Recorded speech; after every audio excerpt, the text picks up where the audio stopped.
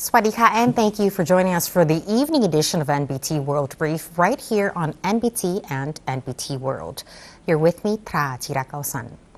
The government is preparing to expand financial assistance for families affected by recent floods, with a proposal to grant 2 million baht for each confirmed flood-related death across 8 provinces. The Emergency Flood Operations Center reported that the compensation scheme initially applied in Songkhla is now being evaluated for broader implementation due to widespread losses in the southern region.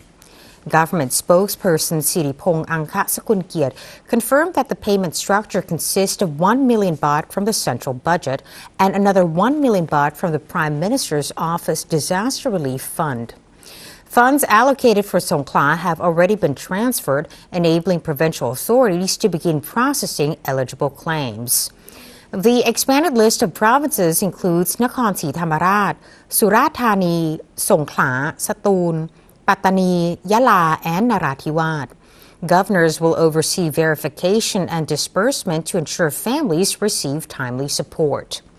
The criteria for classification as a flood-related death cover drowning, death inside homes or hospitals affected by floodwaters, and death during transport or evacuation between November 22nd and November 27th. Families seeking compensation must submit a death certificate, a police case report, and a medical conclusion. Cases requiring further clarification will involve additional witness statements under Form 14 of the Department of Disaster Prevention and Mitigation. Legal heirs must also confirm their identity before payment is approved. Recovery efforts in Hat Yai are accelerating as the administration moves to restore the city within 14 days following severe flooding across Songkhla province. Deputy Minister of Interior Sakda Wichiansin visited the Hat Yai district office on its first day of reopening and found a steady flow of residents seeking essential public services.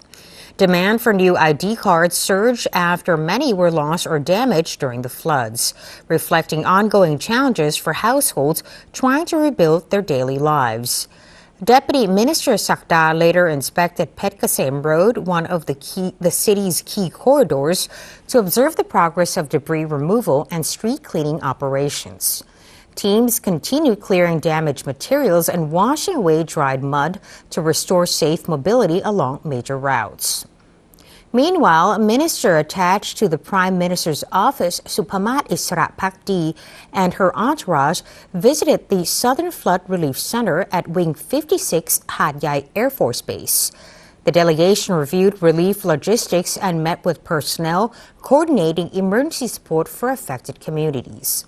The minister extended thanks to private organizations supplying essential goods, noting the strong response from halal producers who provided items specifically for Muslim families in the region.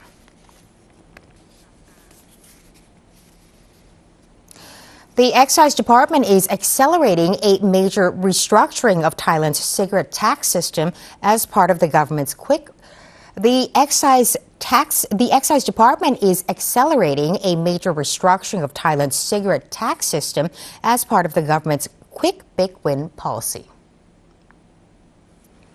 The department is preparing to submit the proposal for cabinet consideration before the planned dissolution of parliament at the end of next month. If approved by the cabinet and the Council of State, the new structure would take effect immediately. The shift to a single rate is designed to correct long-standing price distortions that encourage producers to keep retail prices under 72 baht per pack. The strategy allowed them to avoid higher tax brackets, weakened fair competition, and opened the door to rising volumes of illegal cigarettes and e-cigarettes. It emphasized that enforcement measures must be strengthened alongside the tax overhaul, while the government also supports tobacco product exports to reduce smuggling and boost national revenue. For fiscal year 2026, the Excise Department plans to expand its role beyond traditional revenue collection to become a central mechanism for sustainability. Revenue now comes from environmental taxes at 57% and social taxes at 43%.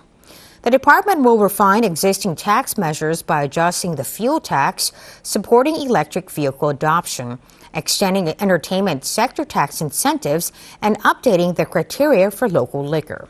New policies are also being prepared, including taxes on environmentally harmful products, luxury goods, and high-salt items, along with revised tax structures for batteries and cigarettes.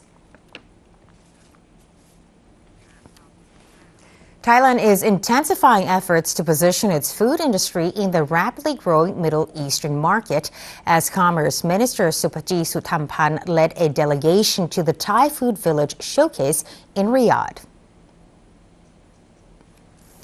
The event stage at King Saud University is part of the Saudi Feast Food Festival 2025, the largest food celebration in Saudi Arabia and a major platform for global culinary promotion.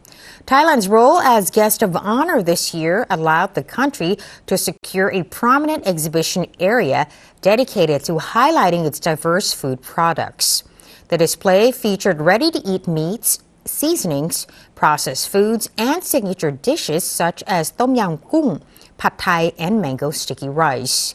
The event marked a strategic move to connect Thai producers with the high purchasing power Saudi market, where demand for imported food continues to rise.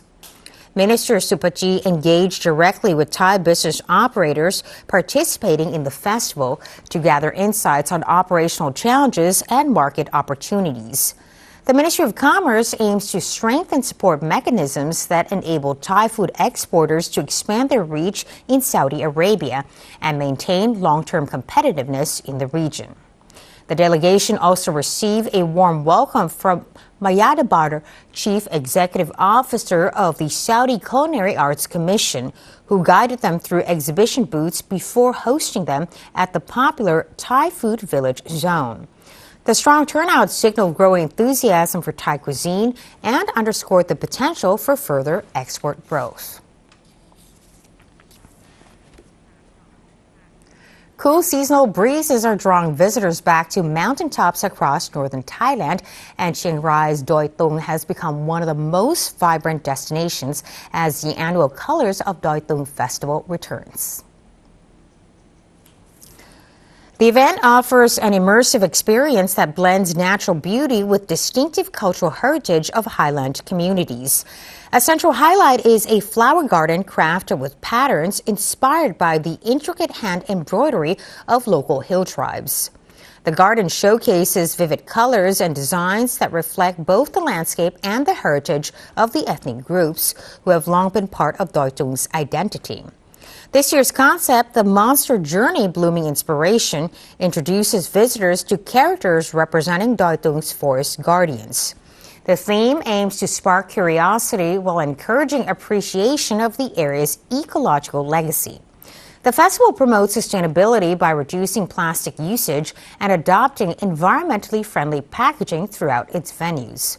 Visitors can explore activities that highlight traditional hand-woven textiles, discover local arts and crafts, and learn about the natural environment that shapes life on the mountain. Markets filled with quality products bring additional energy to the event and offer opportunities to support community livelihoods. The Colors of Doi Tung Festival runs from now to January 25th, operating every Saturday, Sunday, and public holiday from 8 a.m. to 6 p.m. And that wraps up the evening edition of NBT World Brief. Stay updated with the latest developments right here on NBT and NBT World. And for more stories, simply scan the QR code on your screen to access our full coverage across all media platforms. Until next time, Sawasdee ka.